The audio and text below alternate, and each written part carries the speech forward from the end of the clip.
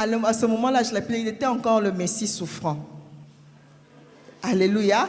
Il n'avait rien pour attirer les regards. C'est juste une expression. Nous avons tous une faible commencement, n'est-ce pas? Mais alors, donc, au moins, il avait une vision. Et il m'a nourri de sa vision. Je savais au moins que je pouvais me coopter à sa vision pour pouvoir avancer. Je pouvais m'associer à lui pour nous battre et atteindre la vision. Amen. Amen. Parce que moi-même déjà, j'avais des attentes. J'avais une vision et par rapport à cela, je ne pouvais que m'associer avec une personne qui avait une vision. Alléluia. Donc arrêtons avec ces genres de compromis que nous acceptons au nom de Dieu va faire. Dieu va faire, mais toi-même, quelle est ta part?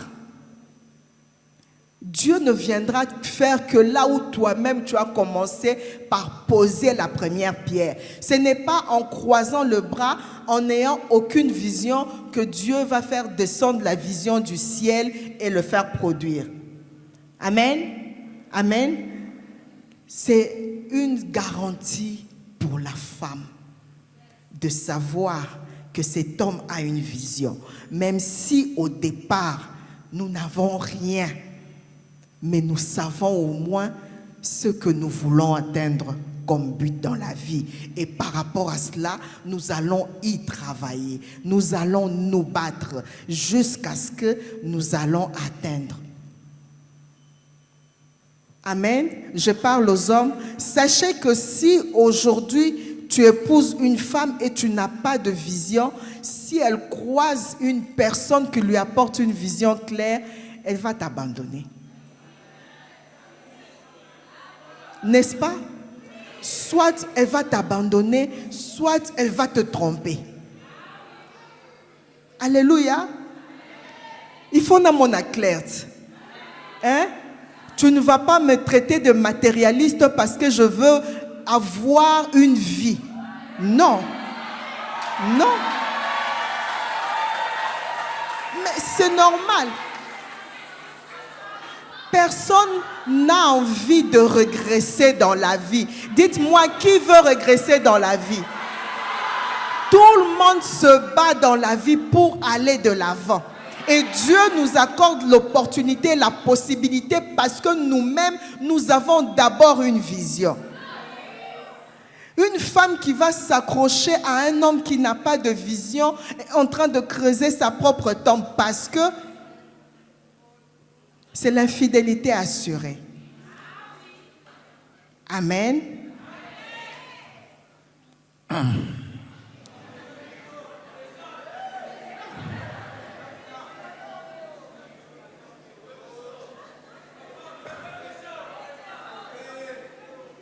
L'homme et tout homme dans la vie, mes sœurs, a besoin d'une femme qui sache tenir la maison et qui soit capable de lui procurer la paix.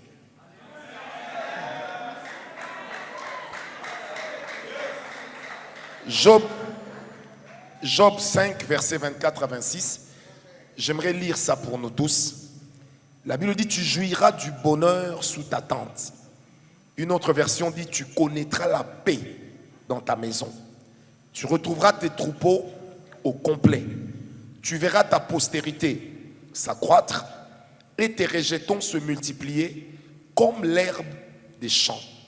Tu entreras au sépulcre dans la vieillesse comme on emporte une gerbe en son temps.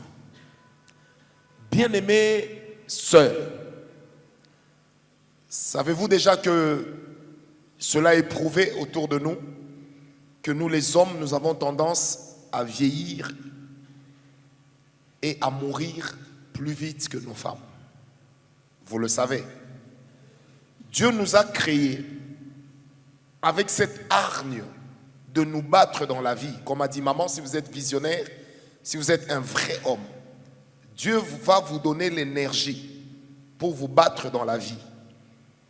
Alors vous savez, des fois, surtout lorsque vous épousez un homme de Dieu, un homme d'affaires, un leader, vous ne savez pas toujours quel cauchemar peut caractériser sa journée. Et quand tout va mal, le lieu où tout le monde, tous les hommes espèrent avoir la paix, c'est à la maison. Un homme qui n'a pas la paix chez lui, s'il est conscient, il sait qu'il risque de vite mourir.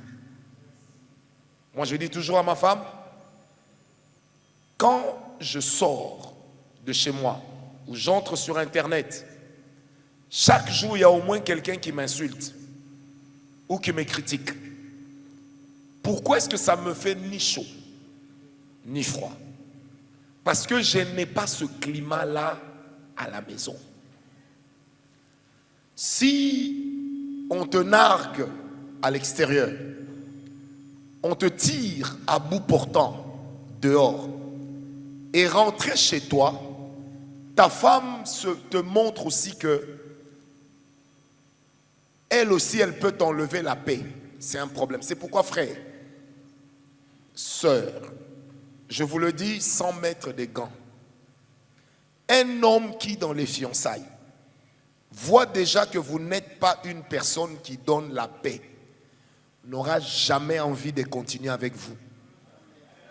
À un moment de sa vie, il va chercher le moyen de vous quitter. Vous savez, il y a des gens comme ça qui se disent, mais il n'était pas comme ça dans les fiançailles. Mais parce que toi aussi, tu n'étais pas comme ça. Vous êtes dans les fiançailles. Ache ou Tché. C'est-à-dire que pour chaque action qu'il pose, madame, tu lui montres aussi que toi, tu peux être pire que lui. Bien-aimé, personne ne voudrait épouser son bourreau. Surtout pas si ça doit venir d'une femme. Vous savez, moi, dans ma vie, dans le ministère, nous nous sommes mariés, j'étais déjà dans le ministère. Nous nous sommes mariés, j'étais déjà très critiqué. On a toujours dit beaucoup sur moi.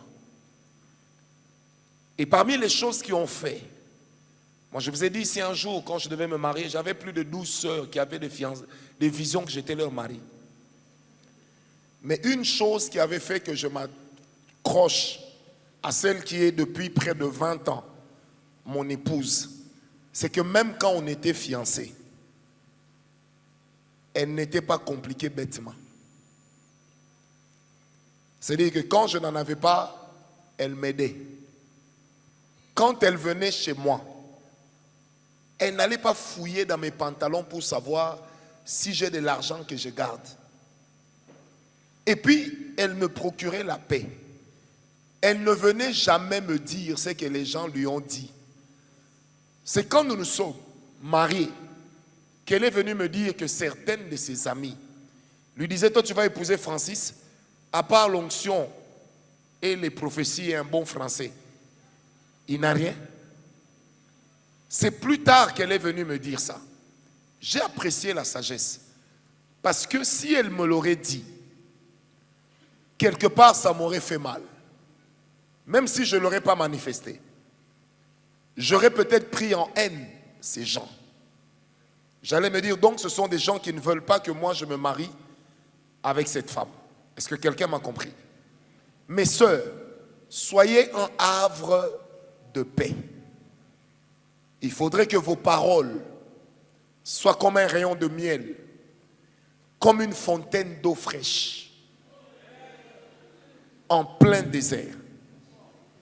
Il n'y a pas pire chose dans la vie qu'une femme qui t'enlève la paix parce qu'elle a un sale langage, parce qu'elle est impolie, parce qu'elle dit et fait tout ce qu'elle veut et elle répond à tout ce que tu es, comme si vous étiez le pouvoir et l'opposition. Aucun homme n'aimerait se marier à une femme qui n'est pas en paix aussi avec elle-même? Parce qu'elle se chamaille partout. Moi, je connais des sœurs, même chez nous à l'église, il y en a. Elle a l'air calme, mais essaye de la provoquer. D'abord, avant de te manquer, elle te prévient déjà que je vais te manquer. Mais elle oublie que le fait de livrer son intention, c'est déjà une impolitesse. Est-ce que quelqu'un me comprend? Mes sœurs, votre mari n'est pas votre adversaire. Il n'est pas aussi votre petit frère. Pire encore, en réalité, il n'est pas votre ami.